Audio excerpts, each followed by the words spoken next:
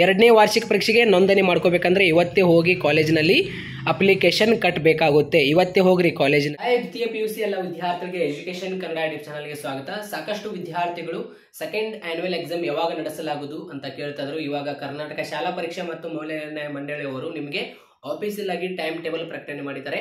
24 ಅಂದ್ರೆ ಏಪ್ರಿಲ್ 24ರಿಂದ ಮೇ 8 ದ್ವಿತೀಯ PUCಯ second final exam ನಡೆಸಲಾಗುವುದು. ಅಂದ್ರೆ ಯಾವ ದಿನಾಂಕದಲ್ಲಿ ಯಾವ ಪರೀಕ್ಷೆ ಇದೆ ಬನ್ನಿ ನೋಡೋಣ. ಅದಕ್ಕಿಂತ ಮುಂಚೆ ಇವಾಗ ನೀವು ಫೀಸ್ ಕಟ್ಟಬೇಕಂದ್ರೆ ಇವಾಗ ಕಾಲೇಜಿನಲ್ಲಿ ಹೋಗಿ ನೀವು ಎಕ್ಸಾಮ್ ಫೀಸ್ ಕಟ್ಟಬೇಕಾಗುತ್ತೆ. ಅಂದ್ರೆ ಯಾರೆಲ್ಲ 2025 ವಾರ್ಷಿಕ ಪರೀಕ್ಷೆ 1ನೇ ವಾರ್ಷಿಕ ಪರೀಕ್ಷೆಯಲ್ಲಿ ಮಿಸ್ ಮಾಡ್ಕೊಂಡಿದಾರಲ್ಲ ಅವರು 2ನೇ ವಾರ್ಷಿಕ ಪರೀಕ್ಷೆ ಬರೀಬಹುದು. 4 ವರ್ಷ ಆಗಿರ್ಬೋದು, 10 ವರ್ಷ ಆಗಿರ್ಬೋದು, ಇನ್ನೊಮ್ಮೆ ನಾನು ಎಕ್ಸಾಮ್ ಬರೀತೀನಿ ಸರ್ ಅಂತಹ ವಿದ್ಯಾರ್ಥಿಗಳು ಕೂಡ ಅವಕಾಶ ಇರುತ್ತೆ, ಆಯ್ತಾ.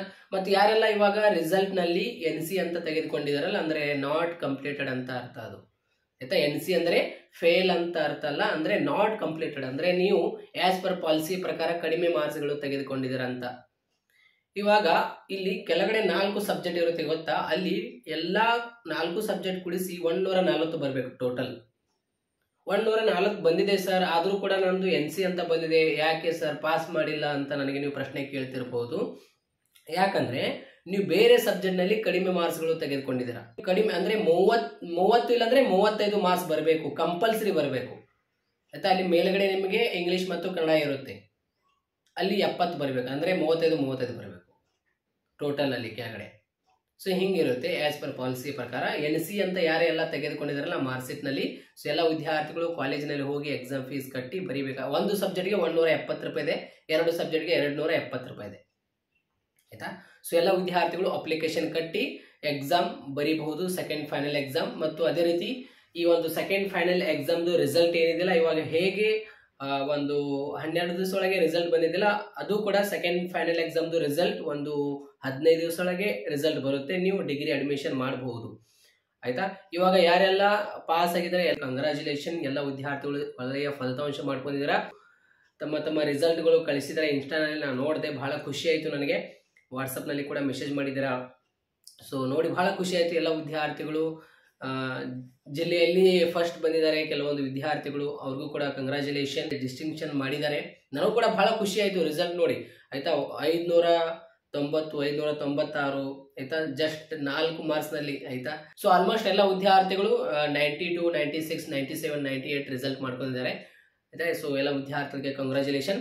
ಸೊ ಎಲ್ಲ ವಿದ್ಯಾರ್ಥಿಗಳು ಏನೂ ವರಿ ಮಾಡ್ಕೊಳಕ್ಕೆ ಹೋಗ್ಬೇಡ್ರಿ. ಇವಾಗ ನೆಕ್ಸ್ಟ್ ಯಾವ ಒಂದು ಕೋರ್ಸ್ ಮಾಡಬೇಕು ನಾನು ಅದರ ಮೇಲೆ ಡೆಡಿಕೇಟ್ ಆಗಿ ಒಂದು ವಿಡಿಯೋ ಮಾಡ್ತೀನಿ, ಆಯ್ತಾ. ಯಾರೆಲ್ಲ ಪಾಸ್ ಆಗಿದಾರ, ಇವಾಗ ಕಾಮರ್ಸ್ ವಿದ್ಯಾರ್ಥಿಗಳು ಮುಂದಿನ ಕೋರ್ಸ್ಗಳು ಯಾವ್ದು ಇರುತ್ತೆ, ಯಾವ್ದು ಮಾಡಬೇಕು, ಮತ್ತು ಆರ್ಟ್ಸ್ ವಿದ್ಯಾರ್ಥಿಗಳು ಯಾವ್ದು ಮಾಡಬೇಕು, ಸೈನ್ಸ್ ವಿದ್ಯಾರ್ಥಿಗಳು ಯಾವ ಕೋರ್ಸ್ ಮಾಡಬೇಕು, ಆಯ್ತಾ. ಆರ್ಟ್ಸ್ ವಿದ್ಯಾರ್ಥಿಗಳು ಕಾಮರ್ಸ್ ವಿದ್ಯಾರ್ಥಿಗಳ ಕೋರ್ಸ್ ಮಾಡ್ಬೋದು, ಕಾಮರ್ಸ್ ವಿದ್ಯಾರ್ಥಿಗಳು ಆರ್ಟ್ಸ್ ವಿದ್ಯಾರ್ಥಿಗಳ ಕೋರ್ಸ್ ಮಾಡ್ಬೋದು, ಕಾಮರ್ಸ್ ವಿದ್ಯಾರ್ಥಿಗಳು ಸೈನ್ಸ್ ವಿದ್ಯಾರ್ಥಿಗಳ ಕೋರ್ಸ್ ಮಾಡ್ಬೋದು. ಬಟ್ ಬೇಸಿಕಲಿ ನಿಮಗೆ ಫೌಂಡೇಶನ್ ಇರಲ್ಲ, ಬಹಳ ಕಷ್ಟ ಆಗ್ಬಿಡುತ್ತೆ. ಯಾಕಂದ್ರೆ ಇವಾಗ ನೀವು ಆರ್ಟ್ಸ್ ಬ್ಯಾಕ್ಗ್ರೌಂಡ್ ಬಂದಿರ್ತೀರ, ಒಮ್ಮೆಗಳೇ ಕಾಮರ್ಸ್ ಮಾಡಿದ್ರೆ ಅಲ್ಲಿ ಅಕೌಂಟೆನ್ಸಿ ನಿಮಗೆ ಬಹಳ ಡಿಫಿಕಲ್ಟ್ ಆಗುತ್ತೆ. ಕಾಮರ್ಸ್ ವಿದ್ಯಾರ್ಥಿಗಳು ಒಮ್ಮೆಗಳೇ ಸೈನ್ಸ್ ಮಾಡಕ್ಕೆ ಹೋದರೆ ಅಲ್ಲಿ ನಿಮಗೆ ಫೌಂಡೇಶನ್ ಸ್ವಲ್ಪ ಫಿಸಿಕ್ಸ್ ಆಗಿರ್ಬೋದು, ಬಯಾಲಜಿ, ಕೆಮಿಸ್ಟ್ರಿ ಸ್ವಲ್ಪ ಕಷ್ಟ ಆಗುತ್ತೆ, ಮ್ಯಾಥ್ಸ್ ಕಷ್ಟ ಆಗುತ್ತೆ. ಸೊ ಹಿಂಗಿರುತ್ತೆ. ಸೊ ಏನೂ ವರಿ ಮಾಡ್ಕೊಳಕ್ಕೆ ಹೋಗಬೇಡ್ರಿ, ಮುಂದಿನ ದಿನಗಳಲ್ಲಿ ಅದರ ಮೇಲೆ ವಿಡಿಯೋ ಮಾಡ್ತೀನಿ ನಾನು, ಯಾವ ಒಂದು ಕೋರ್ಸ್ ಮಾಡಬೇಕಂತ. ಡಿಗ್ರಿ ಅಡ್ಮಿಷನ್ಗಳು ಇನ್ನೂ ಪ್ರಾರಂಭ ಆಗಿಲ್ಲ, ಡೋಂಟ್ ವರಿ. ಡಿಗ್ರಿ ಅಡ್ಮಿಷನ್ಗಳು ಯಾವಾಗ ಪ್ರಾರಂಭ ಆಗುತ್ತೆ ಅಂತ ನಾನು ನಿಮಗೆ ಅಪ್ಡೇಟ್ ಕೊಡ್ತಾನೆ ಇರ್ತೀನಿ. ಎಲ್ಲ ವಿದ್ಯಾರ್ಥಿಗಳು ಚಾನಲ್ಗೆ ಸಬ್ಸ್ಕ್ರೈಬ್ ಮಾಡ್ಕೊಳ್ಳಿ. ಸೆಕೆಂಡ್ PUC 1ನೇ ಫೈನಲ್ ಎಕ್ಸಾಮ್ ಕಂಪ್ಲೀಟ್ ಆಯಿತು, ಅದರ ರಿಸಲ್ಟ್ ಕೂಡ ಬಂದಿದೆ. ಇವಾಗ ಸೆಕೆಂಡ್ ಫೈನಲ್ ಎಕ್ಸಾಮ್ದು ಟೈಮ್ ಟೇಬಲ್ ಬಿಟ್ಟಿದಾರಲ್ಲ, ಯಾವ ದಿನಾಂಕದಲ್ಲಿ ಯಾವ ಪರೀಕ್ಷೆ ಇದೆ ಬನ್ನಿ ನೋಡೋಣ. ಇಲ್ಲಿ ನೋಡಿ ಯಾವ ದಿನಾಂಕದಲ್ಲಿ ಯಾವ ಪರೀಕ್ಷೆ ಇದೆ ಅಂದರೆ, ಇಲ್ಲಿ ನೋಡಿ ನಿಮಗೆ ಅವಧಿ ಸೇಮ್ ಇರುತ್ತೆ, ಆಯಿತಾ. ಮಾರ್ನಿಂಗ್ 10 ಗಂಟೆಯಿಂದ ಮಧ್ಯಾಹ್ನ 1 ಗಂಟೆವರೆಗೆ ದ್ವಿತೀಯ PUCಯ 2ನೇ ಫೈನಲ್ ಎಕ್ಸಾಮ್ ನಡೆಸಲಾಗುವುದು. ಈ ಒಂದು ನಿಮಗೆ ಟೈಮ್ ಟೇಬಲ್ ನಾನು ಇನ್ಸ್ಟಾನಲ್ಲಿ ಪೋಸ್ಟ್ ಕೂಡ ಮಾಡಿರ್ತೇನೆ, ಪಿನ್ಡ್ ಮೆಸೇಜ್ ಹಾಕಿದ್ದು ನೋಡಿ ಪ್ರೊಫೈಲ್ನಲ್ಲಿ, ಅಲ್ಲಿ ಹೋಗಿ ನೀವು ಈ ಒಂದು ಟೈಮ್ ಟೇಬಲ್ ನೋಡ್ಕೋಬಹುದು. ಇಲ್ಲಿ ನೋಡಿ ಯಾವ ದಿನಾಂಕದಲ್ಲಿ ಯಾವ ಪರೀಕ್ಷೆ ಇದೆ ಅಂದರೆ 24/4/2025, ಅಂದರೆ ಈ ಬರುವ 24 ಏಪ್ರಿಲ್ನಲ್ಲಿ ಕನ್ನಡ ಎಕ್ಸಾಮ್ ಇದೆ, ಆಯಿತಾ. 25/4/2025 ಪೊಲಿಟಿಕಲ್ ಸೈನ್ಸ್ ಎಕ್ಸಾಮ್ ಇದೆ, ಸ್ಟ್ಯಾಟಿಸ್ಟಿಕ್ಸ್ ಮತ್ತು ಬಯಾಲಜಿ. 26/4/2025 ಇತಿಹಾಸ ಮತ್ತು ಫಿಸಿಕ್ಸ್. 27/4/2025 ಹಾಲಿಡೇ, ಆವಾಗ ಯಾವುದೇ ರೀತಿ ಎಕ್ಸಾಮ್ ಇರಲ್ಲ, ಸಂಡೇ ಇರುತ್ತೆ.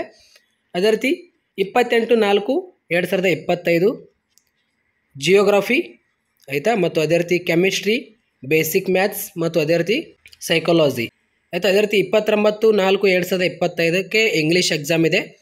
30/4/2025 ಯಾವುದೇ ರೀತಿ ಎಕ್ಸಾಮ್ ಇಲ್ಲ. ಬಸವ ಜಯಂತಿ ಇದೆ.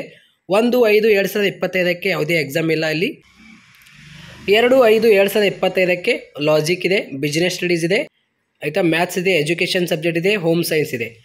3/5/2025 ಸೊಸ್ಯಾಲಜಿ, ಜಿಯೋಲಜಿ, ಎಲೆಕ್ಟ್ರಾನಿಕ್ಸ್, ಕಂಪ್ಯೂಟರ್ ಸೈನ್ಸ್ ಇದೆ. 4/5/2025 ಯಾವುದೇ ರೀತಿ ಎಕ್ಸಾಮ್ ಇಲ್ಲ. 5/5/2025 ಎಕನಾಮಿಕ್ಸ್ ಎಕ್ಸಾಮ್ ಇದೆ.